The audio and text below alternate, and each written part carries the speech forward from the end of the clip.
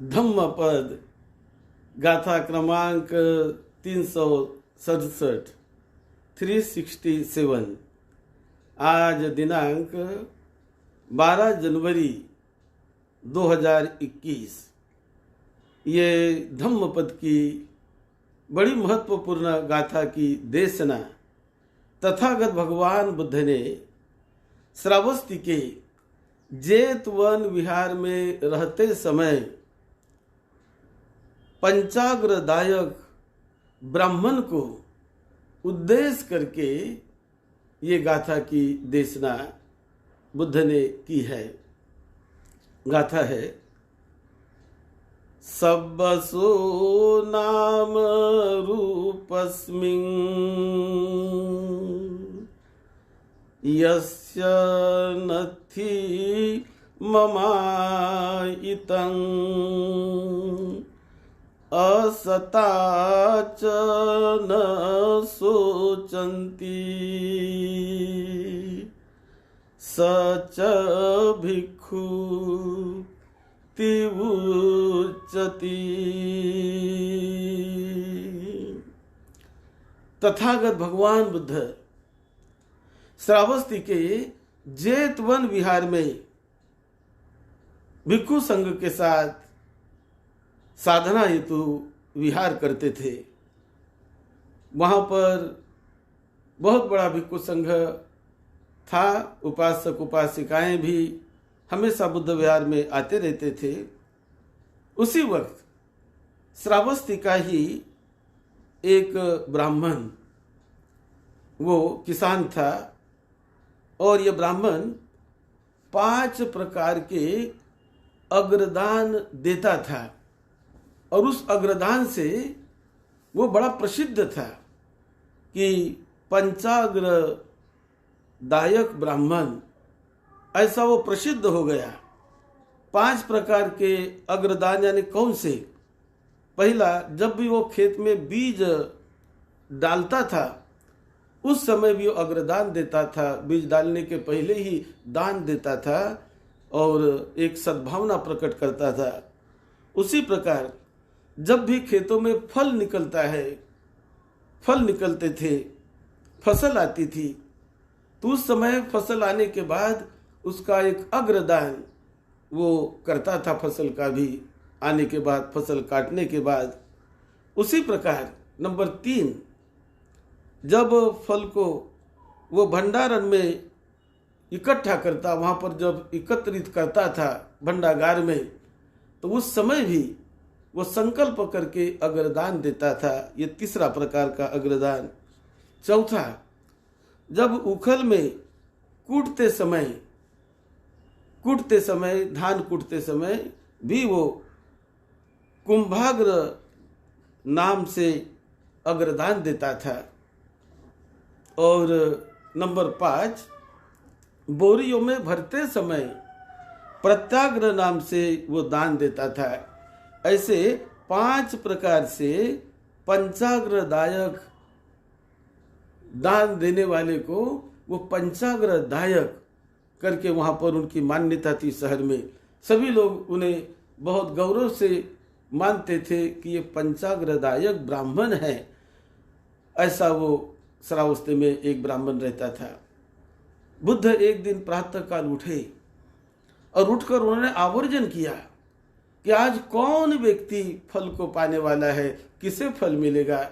ये जब बुद्ध के आवर्जन के बाद उनके नजर में आया कि आज ये पंचाग्र दान देने वाला ब्राह्मण और उसकी पत्नी, उनकी भार्या, ये दोनों फल प्राप्त करेंगे, ऐसा सोचकर तथागत बुद्ध ने चिवर पहना, भिक्षा पात्र हाथ में लिया और उन पर अनुकंपा करने के लिए कि वो फल प्राप्त करेंगे। आज उनका बहुत मंगलमय दिन है, उन्हें आज बड़े ऊंचे फल की प्राप्ति होगी। ये जानकर, ये सोचकर बुद्ध ने अपने हाथ में भिक्षा पात्र लिया और भिक्षा पात्र लेकर उन पर अनुकंपा करने के लिए वो उनके द्वार पर भिक्षा के लिए चले गए। और द्वार पर जाकर वो खड़े हैं। जब द्वार पर पहुंचे और वो खड़े हैं तो उस समय ये जो ब्राह्मण था वो अपने घर की तरफ मुंह करके और बाहर की तरफ दरवाजे की तरफ पीठ करके वो भोजन करते हुए बैठा हुआ था, भोजन कर रहा था। तो उनकी भार्या उनको परोस रही थी। तो भार्या ने देखा कि उनके जो स्वामी हैं वो तो भोजन कर रहे हैं और द्वार पर बुद्ध खड़े हैं, बुद्ध के तरफ उनकी पीठ है, उनके जो ब्राह्मण की पीठ है और घर के तरफ उन्होंने मुंह करके वो भोजन कर रहे हैं। तो उसके भार्या ने देख लिया, लेकिन देखकर वो सोचने लगी ये तो अग्रदान देने वाला ब्राह्मण है, बुद्ध वहां पर खड़े हैं, यदि उनको बुद्ध दिखाई दे तो ये दान उनको दे देगा और ये दान देने के बाद मुझे पुनः भोजन बनाना पड़ेगा, पुनः मुझे पकाना पड़ेगा, तो मैं ये पका नहीं पाऊंगी। इसीलिए उसने सोचा कि अच्छा हो कि बुद्ध इनको ना दिखाई दिए, इसको ना दिखाई दे, और नहीं तब देखेंगे तो बुद्ध रुकेंगे और चले जाएंगे। तो यह सोचकर वो देख रही थी बुद्ध को, लेकिन वो ब्राह्मण ना देखे बुद्ध को, ऐसा वो मन में सोच रही थी और अपने पति को वो परोस रही थी। बुद्ध को देखती है, परोसती है, देखती है, परोसती है, तो बुद्ध खड़े ही है। बहुत देर तक बुद्ध खड़े रहे पात्र लेकर। तो ये कहने लगी कि उसको क्या बोलूं, मैं यदि जाने के लिए बोलूं कि बनते चले जाओ, आगे चले जाओ, ऐसा मैं बोलूं, कुछ शब्द भी मैं निकालूं तो बोलते बराबर, मेरा शब्द सुनते बराबर मेरे पति ये ब्राह्मण पीछे देखेंगे और पीछे देखकर उन्हें दान दे देंगे, और जब उन्हें दान दे देंगे तो मुझे और दोबारा पकाना पड़ेगा, तो मुझे पकाने की और नौबत ना आ जाए। ये सोचकर वो चाहती थी मन ही मन में कि बुद्ध चले जाए, मेरे पति उसको ना देखे। इस प्रकार से वो सोचने लगी, सोचती रही। लेकिन बुद्ध ने भी उसके मन को जान लिया कि ऐसी सोच रही है ये। लेकिन बुद्ध जिस हेतु से, जिस उद्देश्य से आज गए, उनको फल प्राप्ति हो। तो जब भी बुद्ध किसी अपने हेतु पूर्ण करने के लिए किसी उद्देश्य से निकलते हैं तो बिना वो उद्देश्य पूरा किए वो वहां से हटते नहीं। तो बुद्ध वहां खड़े ही रहे। बुद्ध ने मन में संकल्प किया कि मैं यहां से तो हटने वाला नहीं हूं। तो फिर उन्होंने कहा कि क्या किया, उनकी भार्या ने वो उनके तरफ पीट करके वो भी खड़ी रहने का प्रयास करने लगी, और खड़ी रह के उसने कहा कि अब मुझे कोई देखेगा नहीं। ऐसी करके वो तिरछे नजर से देखने लगी। तो तिरछे नजर से जब बुद्ध को देखा तो बुद्ध तो पात्र लेकर खड़े ही थे। तो बुद्ध ने ऐसे विचित्र प्रकार से एक सर अपना हिलाया कि जो देखकर उनकी भार्या जोर से हंस पड़ी, वो रोक नहीं सकी। तो बुद्ध ने जब सर हिलाया और वो सर हिलाकर जब वो जोर से हंस पड़ी, तो हंसते ही ब्राह्मण ने देखा, तो देखते हैं वो हंस रही है, देखते हैं तो बुद्ध द्वार पर खड़े हैं। तो ब्राह्मण ने अपना भोजन रोक दिया और रोक कर अपने भार्या को कहने लगा कि आज तो तूने मेरा सत्यानाश कर दिया है। यहाँ पर बुद्ध खड़े हैं और तूने उन्हें देखा, लेकिन मुझे तूने बताया तक नहीं। अरे तूने तो मेरा सत्यानाश कर दिया है, मेरा सत्यानाश कर दिया है। मैं बुद्ध को दान नहीं दे सका, मैंने तो खाना आधा खा लिया है, अब क्या करूं। तो वो अग्रदान देने वाला ब्राह्मण था, वो सोचने लगा, देखता है कि पात्र में खाना तो मैंने आधा खा लिया, आधा खाना है बचा हुआ है, उसको मैंने स्पर्श भी नहीं किया, केवल अलग जैसे बचा हुआ है। तो वो सोचने लगा कि अब क्या करूं, अब ये बुद्ध को आधा खाना मैं दे दूं क्या। अब ये आधा खाना यदि बुद्ध को मैं दे दूंगा तो ये तो उच्छिष्ट भोजन हो जाएगा। मतलब आधा मैंने भोजन किया और आधे से आधा मैंने दिया, ऐसा उच्छिष्ट भोजन हो जाएगा। तो उन्होंने बुद्ध को पूछा कि बनते ऐसी ऐसी बात है, बहुत मुझे दुख हो रहा, आधा तो खाना मैंने खा लिया है, मेरा तो पेट भर गया है, लेकिन मैं जो बचा है वो मैं देना चाहता हूँ, तो बुद्ध क्या उच्छिष्ट भोजन को लेंगे क्या? ऐसा प्रश्न उन्होंने पूछ लिया बुद्ध को।